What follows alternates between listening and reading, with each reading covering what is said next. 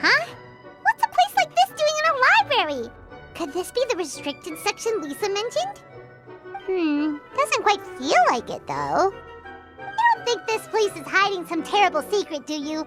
Like those rooms you always hear about in scary stories? You know, the ones that are usually totally off limits? That's true. We just kind of waltzed in here. And it didn't seem like the lock had been broken or anything. Wait, hang on a minute. This isn't the door we came in through. Are we even in the library anymore?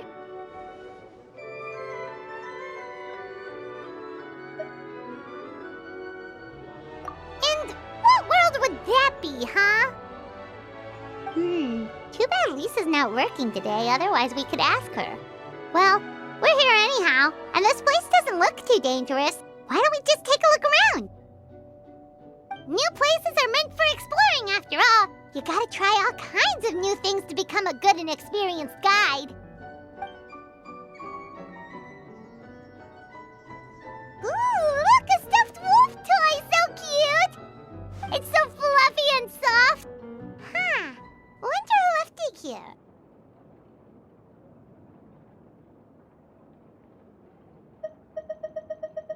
What sort of guardian would be dozing away on the sofa like this? No danger in sight. Saw nothing means nothing happened. We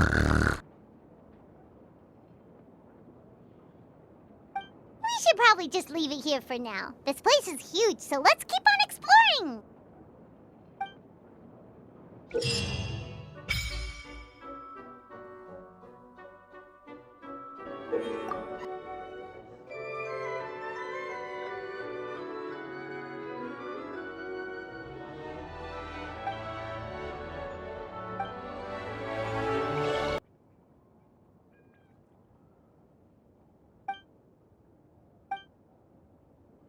But he came. I was only planning to rest my eyes for a bit, but the sofa was so comfy, I guess I dozed off. Ah! The toy can talk! Sure can. Talking is one of the things I can do. All right, so... yes. Introductions are in order, aren't they? Greetings, my dear guests. My name is...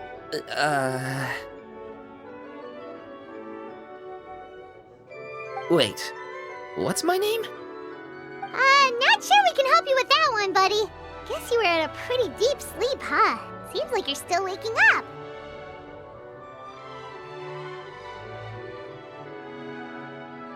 Huh? Really?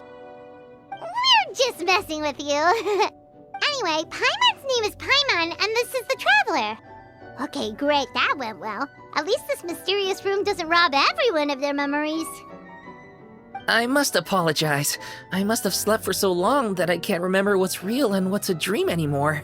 I did have a lot of dreams while I was asleep. Okay, concentrate. All right, so if I'm not mistaken, the current me is a concierge in charge of attending to any guests that find themselves here. Yes, you may call me Wolfie. Okay, but, if all you can remember are your dreams, what makes you think any of them are real experiences? They're just products of your imagination, right? You mean, if it comes from my imagination, it can't be real life? Oh. Well, it sounds like you know more about that kind of thing than I do. I can't tell the difference at all. I remember a time when a horrid curse was put on me. My heart was cased in unmelting ice, and I had to spend my days in agonizing solitude, surrounded by nothing but boundless tundra. I also remember playing with Whitefang in the misty forest. We chased golden butterflies, waded through rushing streams, and shattered the very moon beneath our feet. And I'll never forget marching in that celebratory procession with the other troops, being showered in confetti as I excitedly waited for Her Majesty the Queen to bestow her honor upon me.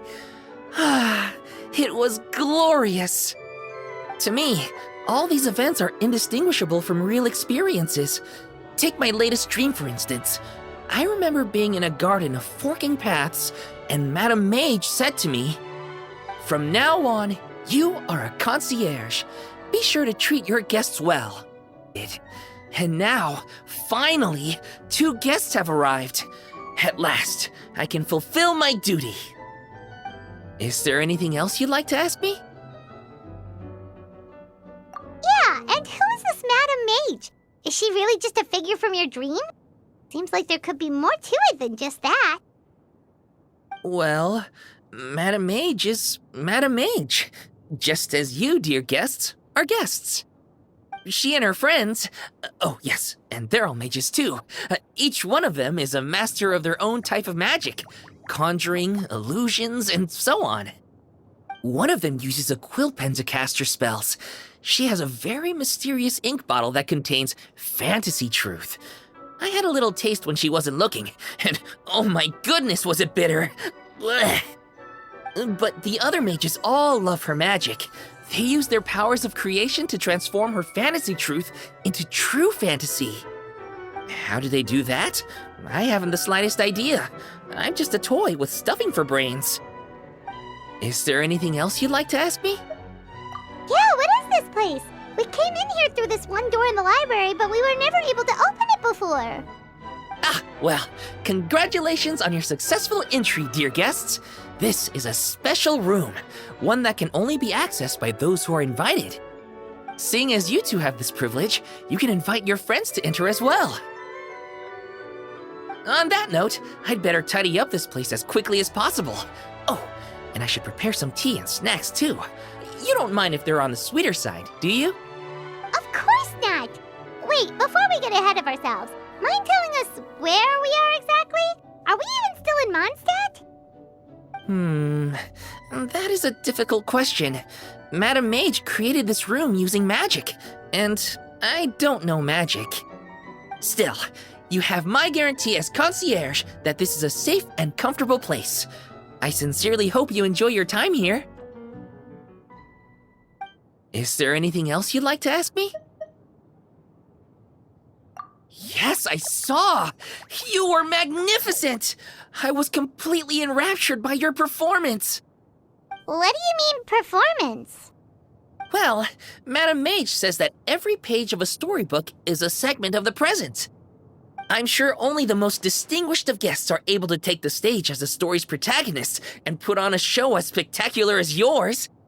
What a thrilling battle! Yes, that's what every story knew. What would make a good title for a book about your magnificent performance? Should we call it a saga? An epic? A tale of conquest? A chronicle of combat?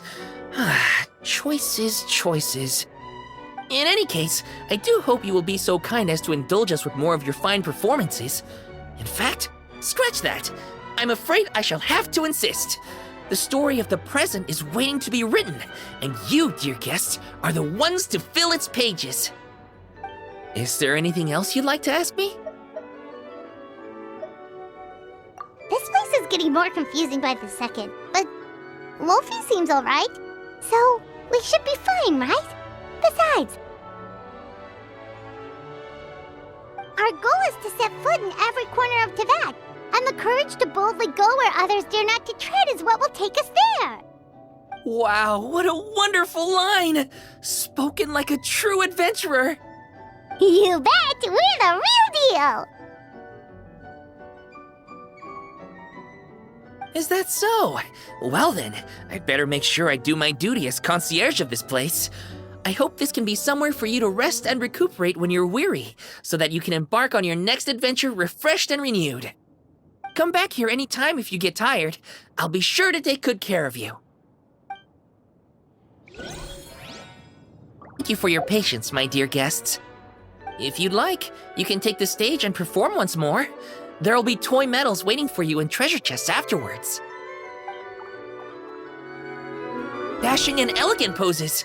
In fact, what would you say to a friendly exchange? I'll teach you some thespian tricks in return for toy medals from the treasure chests. Friendship is a wonderful thing, isn't it? Just the word itself gives me a warm, fuzzy feeling in my heart and my stomach.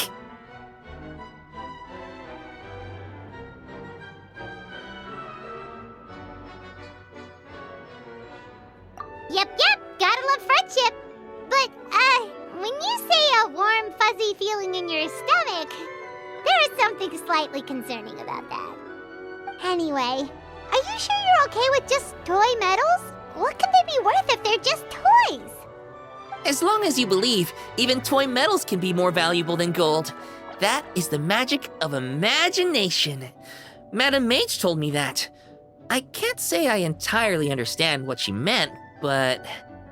the thespian tricks, I actually got those from a wish I made to Madam Mage. So long as she thinks it's a fair trade, I think it should be fine. Sounds kinda ominous. Don't a lot of scary stories start out that way? You make a reckless wish to a wicked witch, but you end up regretting it when she forces you to pay an impossible price in return? I believe you're misunderstanding the situation, dear guest. There is absolutely nothing to fear. To start with, mages are quite different from wicked witches. And besides, I already told you what the price is. It's the toy medals. There's no catch. And you're sure about that? Yes, completely. In any case, I was the one who made the wish. So if someone has to end up paying an impossible price, just leave it to me.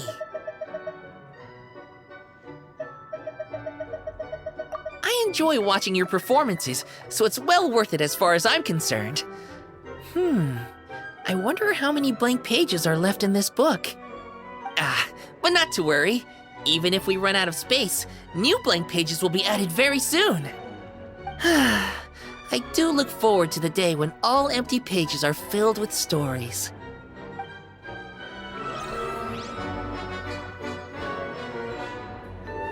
Much longer than it should have. But in any case, at long last, the new stage is ready for action. Put on a spectacular show for your audience, and you will receive a key that opens the door to the world within the painting. Whoa, hold up! First storybook, now a world inside a painting? This place is making less and less sense all the time. I know what you mean, but as I read in a storybook once, if a magician reveals all their tricks to the audience, it robs them of the surprise. So, it's quite right that things don't make sense. Madam Mage's magic is just like love. Not something to try and make sense of, but something you just feel. Fair enough, that explanation sorta works. But anyway, about this new world within the painting stage. Is it any different from the other stage? The world within the painting is a world of many rules. This new stage will put friendship and trust to the test. A classic tale. And all those who pass the test will receive a small blessing from Madam Mage. Ooh, is it a good luck spell or something? Yep, good point. We should be careful what we wish for. I assure you, there's nothing to be nervous about. The paint is already on the canvas, and Madam Mage's blessing is no longer a secret. If you're ready, you can step onto the world within the painting stage and see for yourself. As you embark on your new adventure, do as they do in the stories. Whistle your favorite tune, cast your worries aside, and keep courage in your heart.